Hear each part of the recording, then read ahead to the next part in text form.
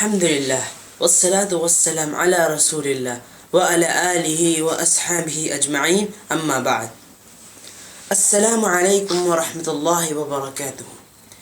Dear brothers and sisters, none of us would like to work without being paid. No one would like to make an effort without a result, and no one would like to invest without a return. In order for our deeds to be accepted by Allah subhanahu wa ta'ala, we need to meet the three conditions. And I would like to remind you all and myself that we must meet the three conditions in order for our deeds to be accepted by Allah subhanahu wa ta'ala. Because if there is a list or a huge amount of deeds that we might be having, and if these deeds do not meet the conditions, then these deeds will be of no use.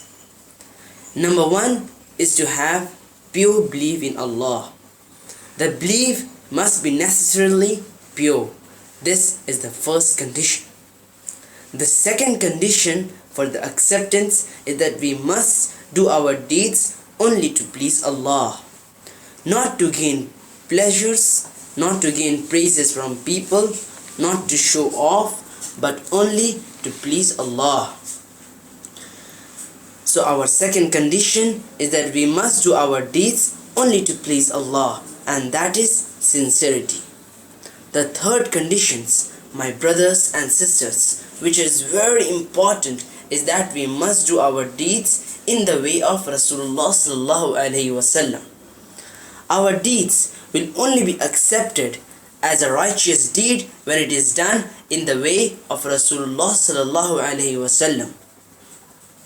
These are the three conditions which is very important to be accepted by Allah subhanahu wa ta'ala. The first was that we must do our deeds only. We must do our deeds with the belief in Allah. The second condition is that we must do our deeds only to please Allah, which is sincerity. And the third condition is that we must do our deeds in the way of Rasulullah sallallahu alaihi wasallam.